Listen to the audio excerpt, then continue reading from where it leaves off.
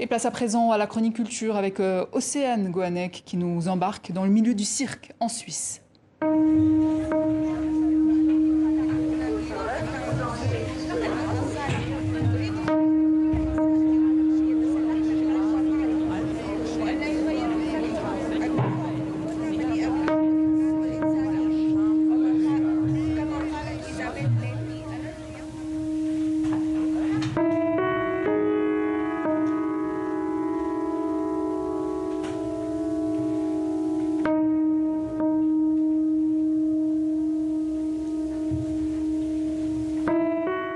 Et bonsoir Océane. Bonsoir Lydia. Aujourd'hui, vous nous présentez Cirque au sommet, un festival en Suisse qui nous emmène à 2200 mètres d'altitude. Oui, et c'est un tout jeune festival puisqu'il a à peine 4 ans. Alors il se déroule dans les Alpes suisses et il propose une multitude de spectacles de cirque contemporains tout au long de l'édition. Alors l'idée est de mettre en lumière le nouveau cirque suisse et international puisqu'il y a aussi des compagnies françaises et québécoises.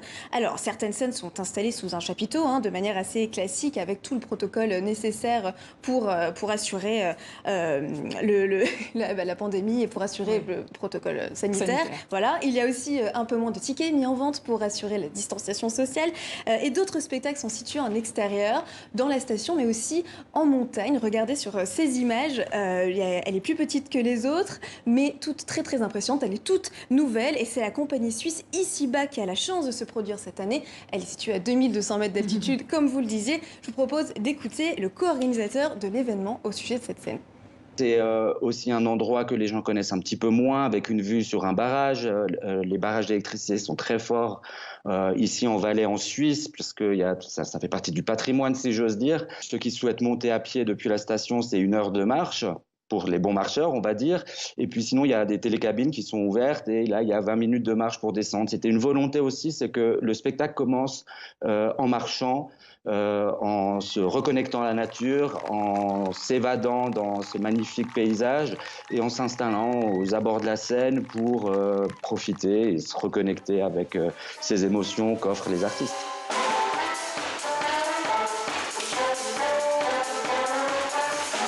Une grande tradition de cirque par rapport à cela. Beaucoup de gens, le Cirque Knie, c'est une institution. Donc beaucoup de Suisses l'ont vu dans leur jeunesse. Et puis quand ils reviennent chez nous, ça leur rappelle leur jeunesse aussi. Ils viennent avec leurs enfants. Donc il y a une histoire qui est très, très, très forte et très présente. Voilà, c'est un festival qui a lieu jusqu'au 16 août à Crans-Montana. Et une bonne nouvelle pour les fans du film Dirty Dancing, une suite est prévue.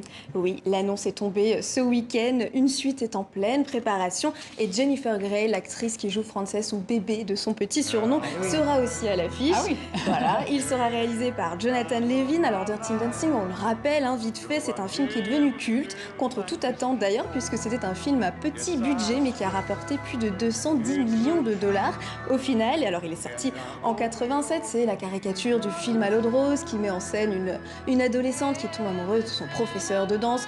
On a toutes fantasmé sur Patrick Swayze. Voilà. Et Dirty Dancing avait remporté un Oscar, notamment pour la chanson qu'on entend derrière nous, Time of My Life. Alors voilà, la suite est prévue. Elle a prévu aussi d'être tout aussi romantique et nostalgique. C'est ce qu'a annoncé le producteur du film. Il a d'ailleurs ajouté que c'était l'un des secrets les plus mal gardés d'Hollywood. Merci aussi.